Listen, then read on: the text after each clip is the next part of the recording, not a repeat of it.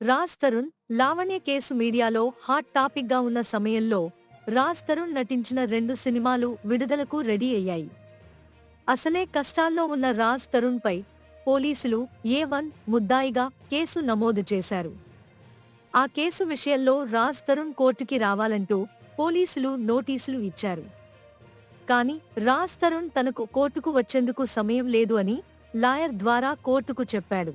తిరగబడరా సామి cinema heroine తోనే Raj Tarun FIR నడుపుతున్నాడంటూ Lavanya అనే యువతి ఆరోపణలు చేస్తుంది. ఒకవేళ తిరగబడరా సామి సినిమాని ప్రమోట్ చేయాలంటే హీరోయిన్ మాల్వి మల్హోత్రాతో కలిసి మీడియా ముందుకు రావాలి.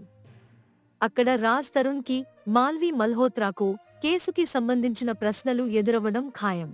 సో రాజ్ తరుణ్ అసలు మీడియా ముందుకు వస్తాడా? కోర్టుకు రాలేనివాడు ప్రమోషన్స్ కి మాత్రం వస్తాడా అని అందరూ గుసగుసలాడుకుంటున్నారు.